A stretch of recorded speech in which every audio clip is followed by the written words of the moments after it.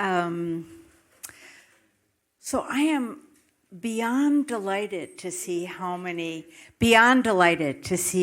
a full house. Because you know how when you have a small group of people and you're working on something and then you look up and you think, I hope somebody comes because we're ready. So this is the invitation was jointly issued by the two support groups, hearing loss support groups. So there are two groups of us who meet monthly and share strategies, frustrations, resources, good news. And I served on the board for 10 years, and this part of being a volunteer has just been so much fun to be part of this group, and it's made such a difference in the quality of my life. Because you know that in any support group, when you get on the Zoom, which is how we meet, and you don't have to explain things, people understand what hearing loss is about and what the challenges are. It's been wonderful. And one of the things that we wanted to do was to share some of what we've learned along the way, and encourage people to think about their hearing health. So our time with you today is really organized around stories. You know, you can read books, you can go to websites, you can figure those things out. But we want to share with you what our journeys have been and what we've learned along the way, and how we've walked the path of both feeling like someone with, or being someone with an invisible disability, to feeling quite empowered as an advocate for hearing loss. And that's been a really terrific journey. So we're going to start as people are coming in with a kind of soft opening. So Greg and Patty are going to talk about their lived experience with hearing loss, and then I'll come back and do a more formal overview and beginning. So welcome to everybody. Hold your questions, note them. Those of us who have been part of putting this together have little stars on our name badges, and please feel free to come up to us and ask questions. You guys. See, is this working? Yes. So I'm going to start. I'm Greg Mintz, and I actually do not suffer from hearing loss, at least not yet, although I get tested from time to time at Kaiser. But Patty here has been slowly losing her hearing over the last few years. And so we wanted to talk about what it's like both to be as a couple in a house where that's going on, and what it's like for me as the spouse of someone who has suffered from hearing loss. And so I wanted to start off by saying that one of the things we've found is that we have patterns that we developed over the years of living together that after looking at it and saying, oh, this doesn't work anymore, and we keep coming up against more of them. And one of the big ones is trying to talk to each other from separate places in the house. That happens all the time and still does. And especially the calling out of Patty or Greg, you hear from somewhere in the house and you say, okay, I got to find that person. And what we need to learn, and have been slowly learning, and it's really slow, is, I've got to go to the same room where Patty is, and she has to be able to see my mouth, because Patty has developed something that she yells magic. Yes? Thank you. I'm talking too fast. Okay. All right. So what I have to do is, when I want to speak to Patty, I have to go where she is, and she will be able to read my lips, which helps her to understand what I'm saying. So if I'm in the same place, I have to also be facing her. Same thing if I'm at the sink and the sink, the water is running. I have to remember, I've got to turn the sink off and then turn around. What we have found when we're in different places in the house, and this is working pretty well, is to use our phones as intercoms. And so when Patty is trying to find me, rather than screaming my name, she'll call me. And we can talk that way. And her phone is hooked up to her hearing aids so that works really well for talking. And I can call her the same way. And another habit we have that is slowly learning how not to do it is we're walking away. If you're talking to someone and then you start walking away, and that doesn't work anymore. That doesn't work anymore. And so you got to just stay still. And then you're talking when you're talking and you're walking when you're walking. Checking when Patty has her hearing aids in is another thing that I need to do. It's because sometimes if she's taking a shower or she's been in the swimming pool, that we have a little pool in the back, she doesn't have her hearing aids in, and I'll be talking to her, and I go, she should be hearing me, but she doesn't. And then I'll think to ask, are your hearing aids in? And sometimes she'll remind herself, hearing aids, yes. Need to have those in all the time. Another new one that we're just learning about is if we wake up in the middle of the night and we want to talk to each other. And in the past, you could just start talking. We're in the same bed. That no longer works. Got to turn the light on and face each other so that she can see my mouth. So whispering sweet nothings, complicated. I also have in here, and it's hard for me to remember, speaking slowly and distinctly. Don't have to necessarily raise my voice. I can sometimes seem angry, and I don't want to seem angry. That's a whole other thing of, it doesn't help to yell or get angry. Just speak slowly and distinctly. And finally, I wanted to say the main thing we've really trying to develop is to be patient and to have a sense of humor about it all. Because it just requires a lot of patience to live with this and to accept that you're going to be saying some things over and over again and that you have to be in the right place. So with that, I'm going to turn this over to Patty to say a few words. Well, the first thing I want to say is I feel pretty lucky. Mike, up here? Okay. I feel very lucky. Is this loud enough and clear enough? Because I know that I talk softly and slur my words sometimes. So I feel very lucky to have Greg as my husband, because it's really been a partnership, and there have been some rough times where I'm sure he thinks, what the hell did I get into here? Wasn't part of the entrance fee. So I've been a member of Ashby Village for a little less than 3 years. And a little less than 3 years and 2 months ago, I was talking to Karen Dean about a hearing loss support group. And she said, well, why don't you start one? I'd never done anything like this. I was a health economist professionally. But as Laura said, can people from hearing loss 1 or 2 just raise their hand for a second? Wow, okay.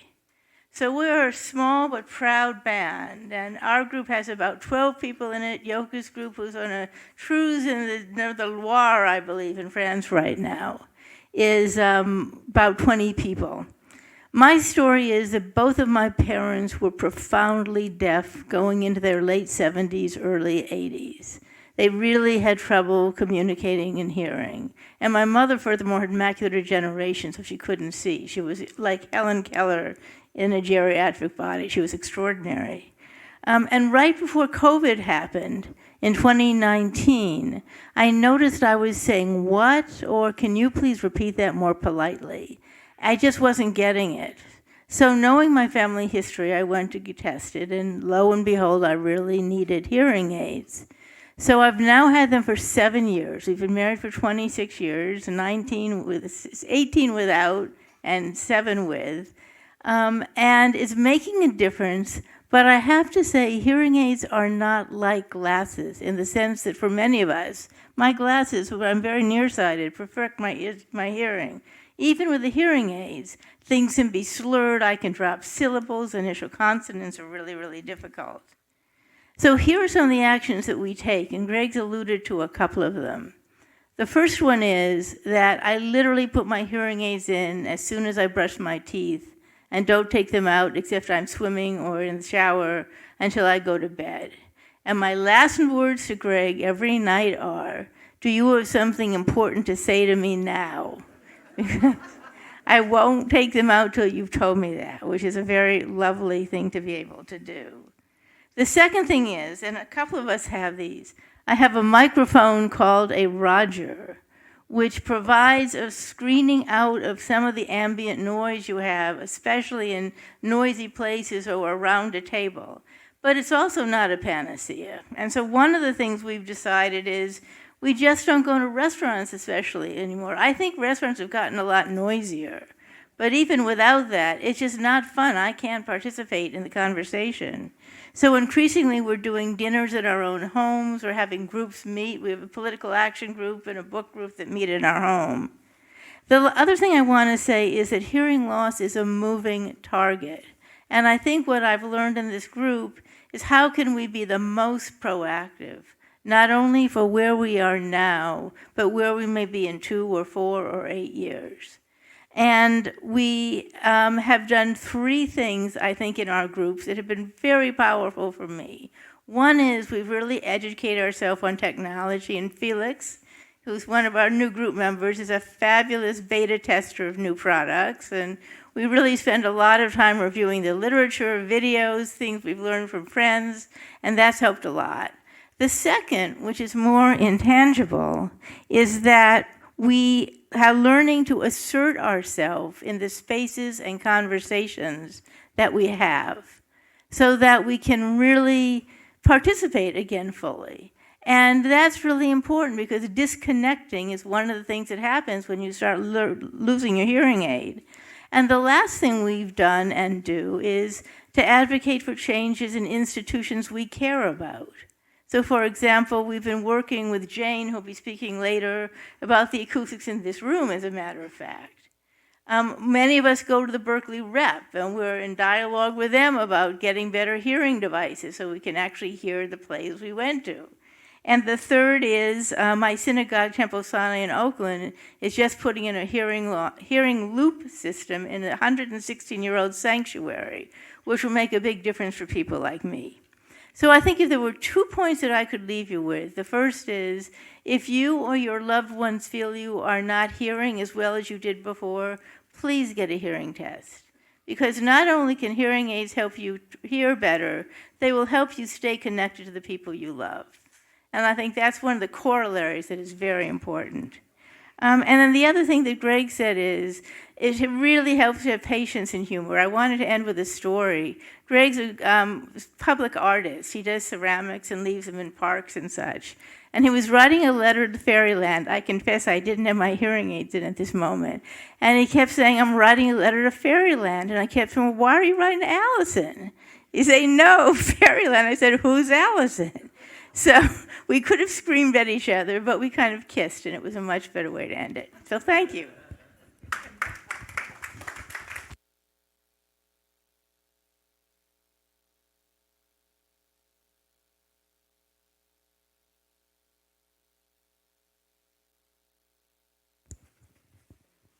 That was wonderful. And just an example of how you feel a lot less alone when you have people to talk with about the challenges that you face. Thank you. You be my coach. So I want to do a quick poll. How many folks in here are in their 40s? Raise your hand. 50s, 60s, 70s, 80s, 90s. Beyond? Not yet. So, how many folks wear hearing aids? Keep your hand up. How many folks know people who wear hearing aids? Okay. How many people have been told, you know, you really should get your hearing tested? How many people have done that? Excellent. And then picking up on what Patty said, how many people have parents who had hearing loss issues as they aged or before? So lived experience with that. So I wanted to do that quick poll because hearing loss is the most prevalent serious disability in the United States, in the world. And it's invisible, so you can't tell. And it also carries a lot of stigma, both the deaf and dumb idea, like if you can't hear, your brain doesn't work, or you're old, and so why bother repeating anyway? So there's a lot of ways in which, and it's also not very well understood. Most people assume that if you wear hearing aids and you're still having trouble hearing something, that you're just being lazy or willful, or, I mean, in my household, when my husband says, do you have your hearing aids in? You know, it's not a pretty moment, but you're more mature. And in fact, more than 50 million Americans have hearing loss. More than 50% of folks over 60, so folks over 60, half of us have some hearing loss. And this was one that knocked me out. 1 in 5 teenagers also have hearing loss. So these is a disability unseen that can also affect your social relationships. You can start to withdraw because it's just too hard, or people get frustrated with you. You avoid going to noisy places or larger events. You'd rather stay home. And as Patty said, when we have our hearing aids, when we're listening, we're using our brains. So when we start to disengage, it has impact on our health, on our social relationships, on our mental health. So it's a really important issue and one completely salient for our village. So what we're going to do in the next while, and it is wonderful to see people still coming and members of our group, is we're going to continue with the theme of stories. We're going to have folks talk to you about what have they learned, what steps have they taken, what's worked, and what do they encourage of others. So I'm going to ask Felix Kramer, Jane Nielsen, and Susan Pierpoint to come up and take seats. And you get your own waters. Very impressive. And I'll hand off this mic.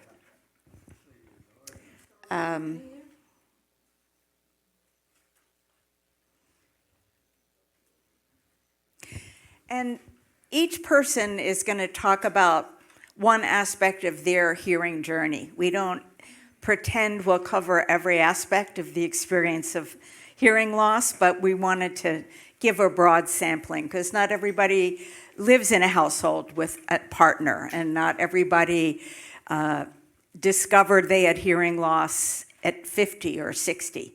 It's a real range of experiences, even in our group. So I'm going to hand off to Felix. Felix is both an old friend, we knew each other from college, and someone who came relatively later to our group and has brought so much value because of his constant curiosity around what could technology do for us?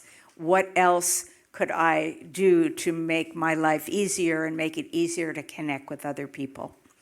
And then each person will introduce the other. I'm sitting down. You won't see me till after the stories again. Does anybody need one? It's probably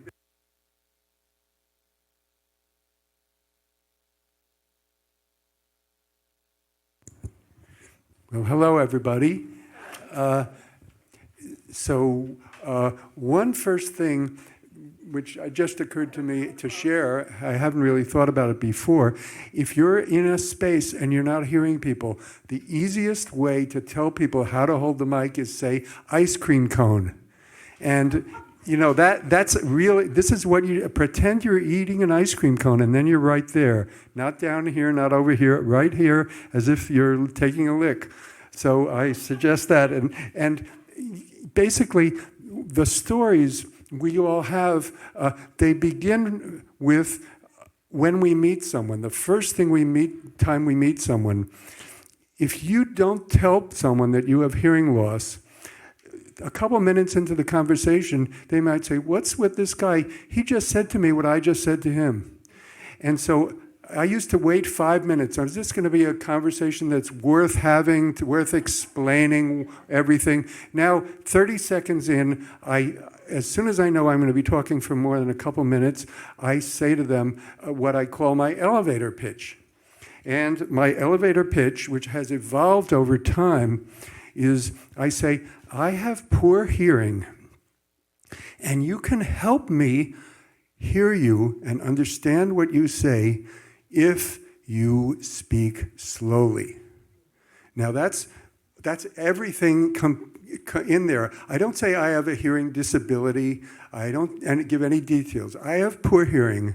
And then I say, and you can help me, because people who are talking to you, they want to help you hear them. That's the whole point. So you enlist them in the project of being in this conversation. And so you can help me if you speak slowly. And if they don't understand that, I say, because if you speak slowly, I hear the space between each word. And that's crucial. I am implicitly saying, I don't need you to speak louder. I just need you to speak slowly. And people do it. It's amazing. And I do it all over the place. I do it when I'm on a call. I do it when I'm talking to someone from a call center. I just say it all the time. And they say, "Oh, okay, I'll speak slowly." And so that really works very well. And I'm very active in several different support groups. The Ashby Village Hearing Loss Association, the Hearing Loss Group, and in the Hearing Loss Association of America East Bay chapter. And that's a group that meets once a month down at Kaiser. And it's a really big group, and they have a room, and the room is set up with captions, and they have wonderful presentations. So there are really great support groups in that way. And as Laura said, I've been spending a lot of time in my life explaining technology to people and how to use it. And so I tell people things like how to use captions in Zoom. When Zoom came out, they didn't exist, and now they do. And you can, if you don't see them in the little button on the bottom that says more, if you don't click that, it says show captions, then it means the host of that Zoom call has not enabled it in their settings. So you say, next time we have this call, please set that up. And they can also set up to show transcripts. And transcripts are very handy because what they show, and you can have them on the right side, if you didn't hear something 10 seconds or 15 seconds ago, not on the captions anymore, you can look back and see what was said. So there are those kinds of things. And most people don't know that FaceTime video has captions. It has on your iPad, on your computer, and even on your phone, you can see captions. And that's really very handy. They're not as well set up as on Zoom, but they come in very handy. And just speaking of captions, if we go to the movies, I used to go to the movies and I'd say, I'd like headphones. Then maybe 5 or 10 years ago, every theater was required to have a caption device, usually on a gooseneck that shows up in front of you. And sometimes you have to explain to your neighbors what you're doing, what that object is, and you can turn it around and show them. And sometimes I have with my wife Rochelle, she looks at them also. These days I wised up and I said, why shouldn't I get both? So I surprise the people at the movie theaters and I say, I'd like headphones and captions. And sometimes one of them doesn't work, but the other one does. And I have some wonderful news, which was the Rialto theaters, the Elmwood and the El Cerrito, now, from now on, they just announced that every Tuesday they're going to have open captions, which means everybody in the theater is going to see captions on the screen. You don't have to fiddle with any device, and that's a real improvement. And we can all thank them when we go to those theaters. So I am very involved in the latest technologies. And hearing aids change. If you have a hearing aid that's more than 2 years old, it is not nearly as good as the new hearing aid. Some people still have hearing aids that you can't connect to your phone and that you can't control from your phone, or you can't use the mini mic that Patty showed. So hearing aids really get better every year or two, so get a new one. And then if an audiologist or someone says to you, you're going to need hearing aids, but you don't need them now, that is definitively bad advice, because it takes your brain a year or two to adjust to using hearing aids. So if you think you have a hearing problem now, get hearing aids now and start retraining your brain to use them, and that will be their best use. And nowadays, in the last year or two or three, they're getting smarter.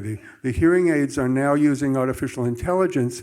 A couple of years ago, the first stage of it was something called machine intelligence. You'd walk into a room and your hearing aid on the auto setting would say, oh, I hear a fan there. I'm going to filter out that whole frequency band where that fan is. And that's very nice. Now it does it even better, and it just adapts, and you can set your hearing aid so it focuses in front of you. You can do a lot more things with hearing aids. So getting a new pair is really a good idea. And a lot of people have very good experience with Costco.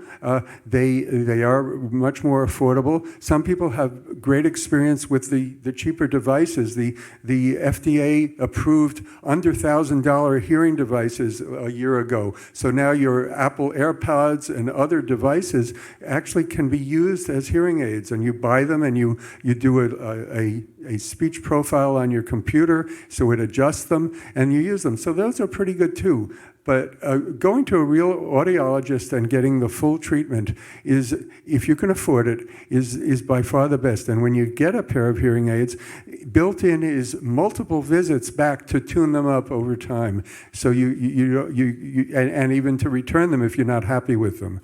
So the audiology industry is very regulated. There's 5 or 6 companies that are in intense competition to get better and better. So it's there's a lot of opportunities there. Basically, just one other thing that interests me in particular, which is Ashby Village has a lot of wonderful support groups, and they're growing in number very rapidly now. And it seems to me that there are some real good opportunities now to take advantage of the fact that we live in a community where UC Berkeley is right nearby, where there are lots of people who want to volunteer at places, and they can come here and volunteer. So I've been talking with people about saying for these support groups, maybe we could have a facilitator come from the School of Public Health or Medicine or Psychology at UC to come and help us organize our conversations.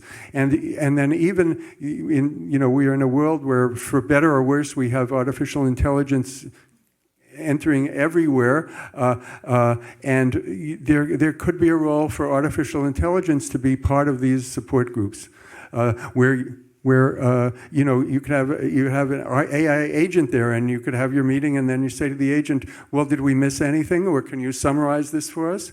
So there's a lot of really wonderful opportunities at this point for Ashby Village to have to expand how its support groups work, and I encourage all of you to get involved. And also, just one last thing, which is our families our partners, as Patty and Greg talked, and our adult children, getting them involved in the support groups, for instance, so that they understand what we're doing and they can be a part of that. So I really am thrilled that we have a big turnout here, and I hope it's going to be part of a real expansion of the support groups at Ashby Village. Thank you.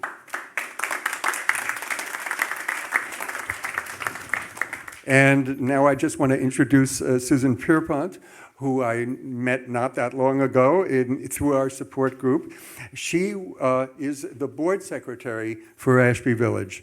And she tells me that she's flunked retirement several times. So she just can't stay away. Right now, as a retired attorney, after decades in the general counsel's office for the University of California system, she's back to working on immigration law.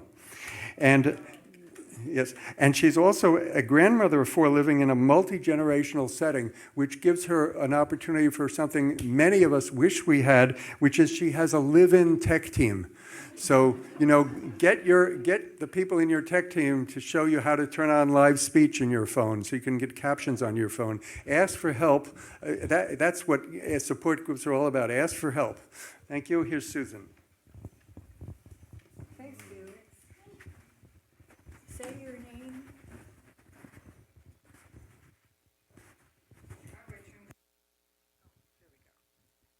Ice cream? My name is Susan Pierpoint. The Pierponts were the rich ones. I have a story that I think is probably familiar, but it begins with my own mother. And back then, that was a while ago, she got hearing aids, and the hearing aids required batteries. Is anybody still using a hearing aid with batteries? Oh, bless you. All I can say is that my mom, who I think was a tad vain, actually did not like her hearing aids. So that when I came to pick her up, because she spent weekends with us, she would never have them on, and would say that it's because the batteries had died. So I always arrived with new batteries, and we put them in, and we got them back in her ears, at least for the weekend. But I think that over time, I began to figure out that she was getting spacey, and I wasn't sure if something else was going on, and it turns out something else was going on. But I believed that her failure to actually tend to her hearing led her into the early stages of dementia. And it was, to me, obvious. It's become obvious to experts as well.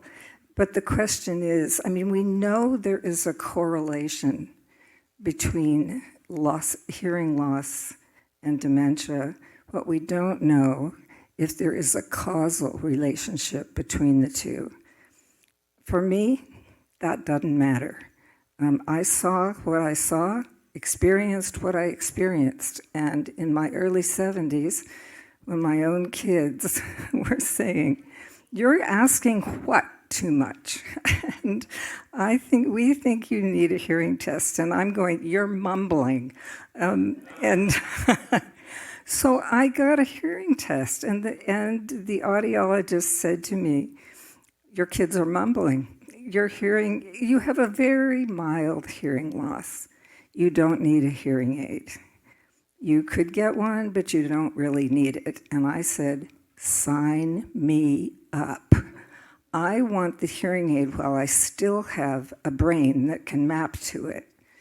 And it's a good thing I did, because I'm getting spacey too. When you finish the sentence, would you keep your voice up, because I don't hear it again in your sentences. Oh dear, what? Voice drops down. All right. It happens to a lot of us. No dropping my voice at the end. I didn't want to put off getting a hearing aid because I wanted to have one while my brain could still map the hearing aid to my brain. And I think it's helping, at least so far. What else? I have had it now for 8 years, and so I've been through a couple of different hearing aids. Felix is so right that the changes from one hearing aid to the next have been so amazing. I'm actually on my year 3 for my current pair of hearing aids, and I can't wait to see what's out there next. At any rate, on the other side of the generations story, I now have 4 grandchildren. 3 of them are little boys, and we have family dinners once a week together. I mean, the cousins need to know each other. I can tell you that 3 little boys, they are 7, 8, and 9, they are noisy, and they're supposed to be. And they also want to be very close by to where the grown-ups are eating. And so there is a lot of background noise. And I think that there's nothing like having the people that you might love most in the world, and that's the grandchildren, of course, making the noise that interrupts the speech. But as Greg said, you know, I think it matters how much you love the ones who are making the noise or interrupting the possibility of hearing speech. But the important thing is that in the hearing loss support group, I have learned how to advocate for myself when it comes to where I sit at the table. And now my kids watch out for me. They are always watching out for where I'm sitting at the table and making sure that I have the optimal opportunity to hear my grandchildren's noise. So I'm going to pass the microphone to Jane. Jane has more experience than I do with hearing aids. She says she has 80 years of experience. With hearing loss. Ah. And 50 years with hearing aids. Goodness. She got her first hearing aids at the age of 30. It changed her life radically for the better. And she's going to tell us her 7 top tips for thriving. Jane.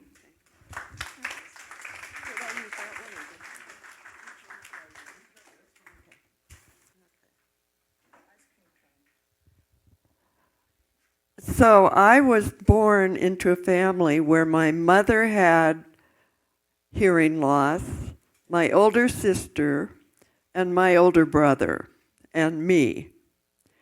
And when I was born, 1945, there wasn't much in the way of resources or understanding about hearing loss. The attention was all put to really very severely almost deaf people, and especially children. So I didn't get my first hearing aid until I was 30 years old. And that's because my older sister preceded me. She was a career woman in New York City and had a doctor friend who convinced her to get her hearing tested, and she got the first hearing aid in my family. And she encouraged me to get it. And I went to UCSF, and at that time, I had to convince the doctor that I should have hearing aids because they were dealing with people that were much worse than me. My hearing loss is mild to profound. Profound is the worst. Mild is, just a little bit. And that goes mild, moderate, severe, and profound. So, first of all, hearing aids are not a panacea. They don't make perfect hearing, but they sure help you in the fight to be active in your world. And if you're over 71, I'll give you another statistic. There's a 65% chance that you have hearing loss. So as we age, some of the nerves are, it's called topographical. The high pitches go first. So it's not surprising as you get older that you don't hear as well. And these days, you can even test yourself at home, and you can buy hearing aids over the internet or over the counter. I mean, you can do it on the cheap, and that's really helpful for a lot of people. But if you have the resources, go to an audiologist, because the audiologist has a lot of experience and deals with a lot of different brands and knows what's hot in a given year that might help you. And they can work with you and adjust your hearing aids. And you've heard a lot of this from the prior speakers, so consider this reinforcement. Wear your hearing aids every day. Even if you're at home alone and not planning to see anybody, because you hear with 2 ears and 1 brain. And your brain needs acoustical information in order for you to make sense out of your world. So when I get up in the morning and I put on my hearing aids, I'm just overjoyed that I can hear the second hand ticking on my alarm clock. It's like, wow, that's a sound a minute ago I couldn't hear, and now I can. And the first time I got my hearing aids, I could hear the birds in the trees. So even though you're not talking to another person, you're giving your brain what we call auditory training. Now, you probably heard that hearing loss is a risk factor for loneliness, depression, and even cognitive decline. Well, did you also know that it's a risk factor for falls? And you know how dangerous it is for us older people to fall. So that's another reason to wear your hearing aids every day. It's the ear, and it's the anatomy of the ear and what it hears is part of the balance system. So you want to give the proper information to your ears to keep you upright and safe. And then I challenge you to become sophisticated users. I mean, people often ask me what brand I use. Well, I've had at least four different brands. And it may vary from year to year according to which company has made the most advances in a certain area. And also pay attention to how you like these hearing aids. I'm on my latest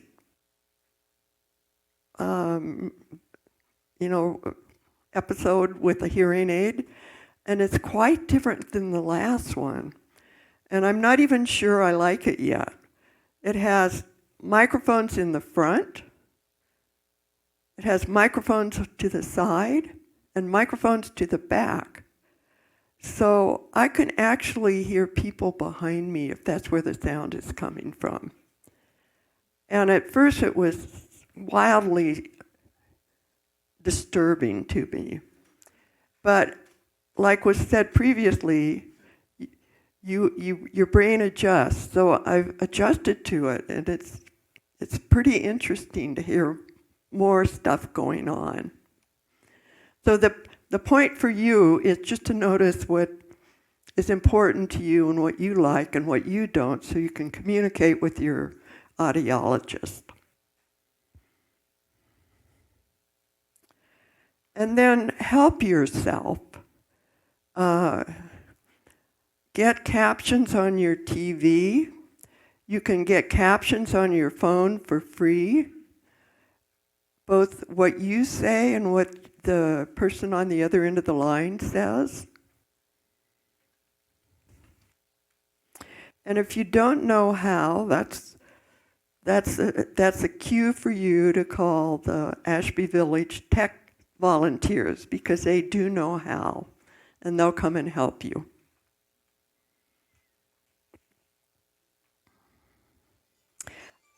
And then learn about hearing loss. It's really fascinating.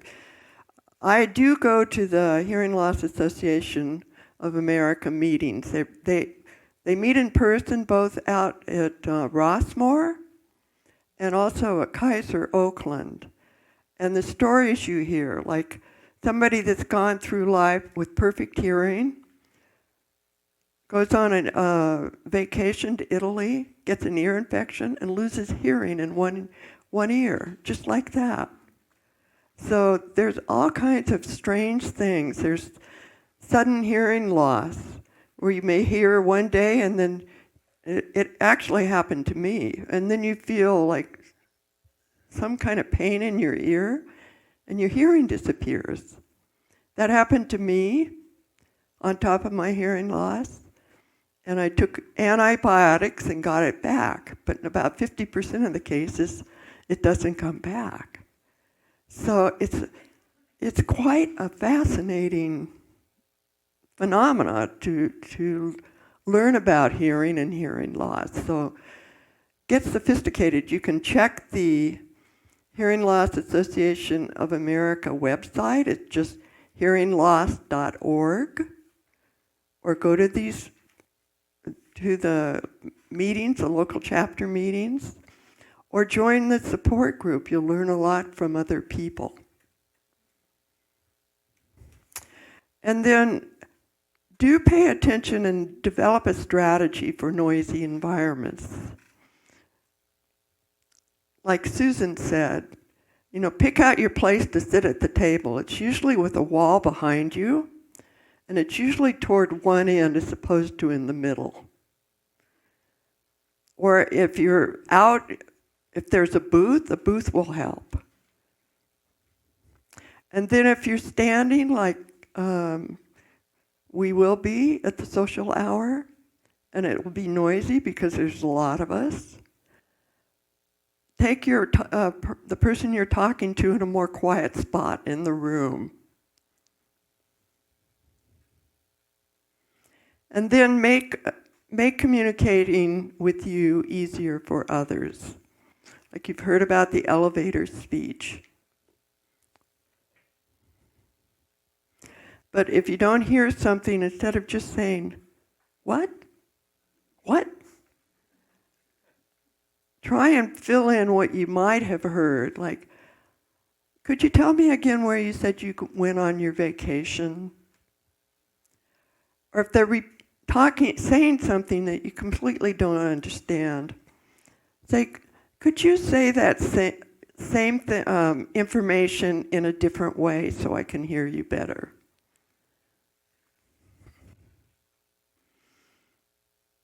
And then I think we have to learn to be patient and compassionate to ourselves and to each other.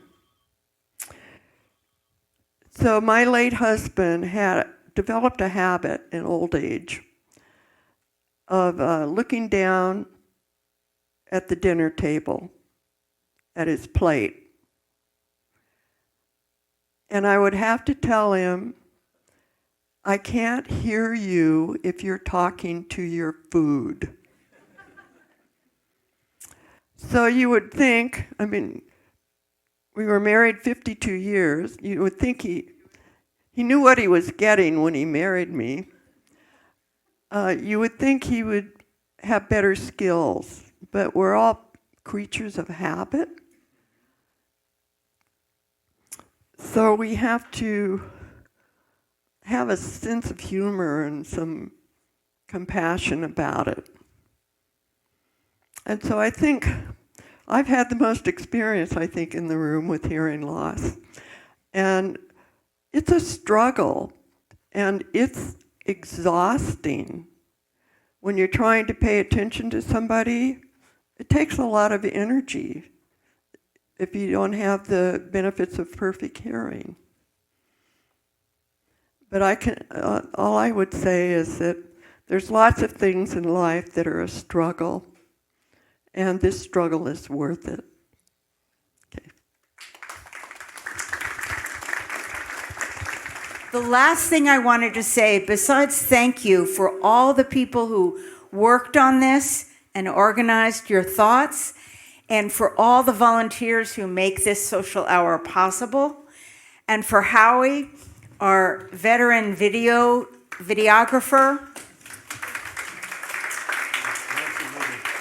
And the last thing I want to call your attention to is that Nancy Rubin is an incredible photographer who's done a series of photographic exhibits in a very participatory way. You may have seen her work in the hallways, but if you look here, there are examples of a set of photographs that she did with people who have hearing loss, telling their stories. So the theme continues.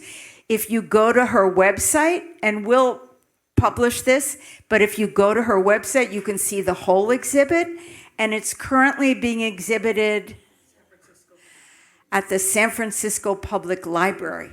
So I encourage an outing to see all of the work. Thank you so much for being part of this.